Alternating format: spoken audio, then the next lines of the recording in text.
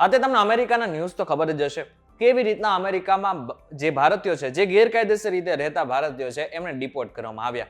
પરંતુ આ સાથે જ એવું નથી કે અમેરિકામાં હજુ કોઈ ઓપોર્ચ્યુનિટી છે જ નહીં. ઘણી ઓપોર્ચ્યુનિટી છે. એમાં પણ ખાસ કરીને જે લોકોને H1B વિઝા ઉપર ત્યાં જવું છે, એ બધા જ લોકો માટે ટૂંક સમયની અંદર એક ખુશખબરી આવી શકે છે. ખુશખબરી એ છે કે ટૂંક સમયની અંદર જ જે રજિસ્ટ્રેશન છે, H1B વિઝા માટે રજિસ્ટ્રેશન છે, એ ખુલ્લું થવાનું છે. ત્યારે શું છે આખી માહિતી જાણીશું આજના વિડીયોમાં. Hello, ladies and gentlemen. This is your captain speaking. We'll be landing in the airport in just a few minutes. What's up, guys? Welcome to A2A. This is my name is Karan Chowdhury.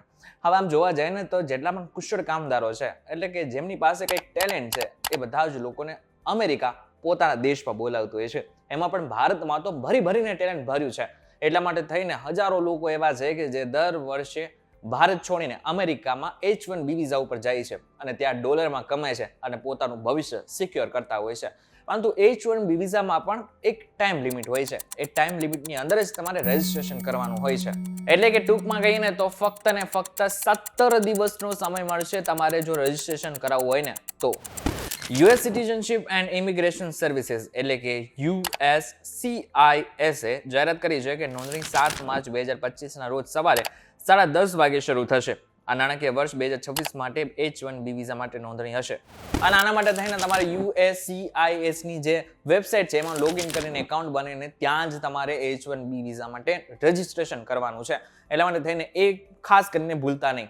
હવે જે લોકોને H1B visa માટે પહેલી જ વખત કરવાનું છે ને, એટલે કે રજિસ્ટ્રેશન પહેલી જ વખત કરવાનું છે, એ બધા જ લોકોને USCIS માં જઈને તમારે જે એકાઉન્ટ છે ને એ ખોલવાનું છે. આ બાદ જ તમે જે પણ વસ્તુ છે એટલે કે રજિસ્ટ્રેશન કરાવી શકશો. આની સાથે ફી ભરી શકશો. હવે ફી પણ જે છે એ પૂરેપૂરી રીતે ઓનલાઈન ભરવાની છે. આ સાથે જો તમે નાણાકીય વર્ષ 2021 થી 2024 વચ્ચે નોંધણી કરાવી હોય પરંતુ 2025માં નહીં, તો તમારું જૂનું ખાતું બની શકે કે આગળના સમયમાં કામ ન કરે. એવા સમયે તમારે શું કરવાનું છે? એવા સમયે ફરી એકવાર બની શકે કે તમારે આખું એકાઉન્ટ બનાવવું પડે.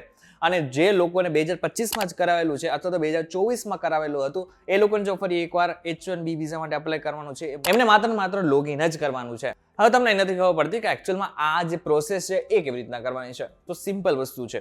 USCIS એ પોતાની જ વેબસાઇટ ઉપર આખો વિડીયો મૂકેલો છે કે જેમાં એમને બતાવેલું છે કે એકચ્યુઅલમાં તમારે કેવી રીતના લોગિન કરવાનું છે, એકાઉન્ટ કેવી રીતના બનાવવાનું છે, એની સાથે તમારે ફી કઈ રીતના ચૂકવવાની છે. ઇન શોર્ટ જો જોવા જાય તો અત્યારે અમેરિકામાં ક્રાઇસિસ ચાલી રહ્યા છે. એમાં પણ ખાસ કરીને અત્યારે ભારતીયોને ડિપોર્ટ કરવામાં આવી રહ્યા છે. એવા સમયે જે લોકો પાસે ટેલેન્ટ છે, કંઈક એવું ટેલેન્ટ છે કે જે અમેરિકા પાસે પણ નથી, એ લોકો માટે અત્યારે ખાસ એવો સમય આવી ગયો છે. એવો સમય કે જેમાં અત્યારે તમે ડોલરમાં આરામથી કમાઈ શકો છો. એમાં પણ ખાસ કરીને જો ભારતીયોની વાત કરીએ તો ભારતીયોને પહેલેથી જ ઈચ્છા હોય છે કે અમેરિકામાં જઈને કામ કરે. પરંતુ અત્યારે સમય એવો છે કે અત્યારે ખાસ કરીને જે ભારતીયો છે એમને H1B વિઝા ન મળે ને તો એ બધા જ લોકો ગેરકાયદેસર રીતે ત્યાં પહોંચી રહ્યા છે અને પોતાનું ભવિષ્ય બગાડી રહ્યા છે.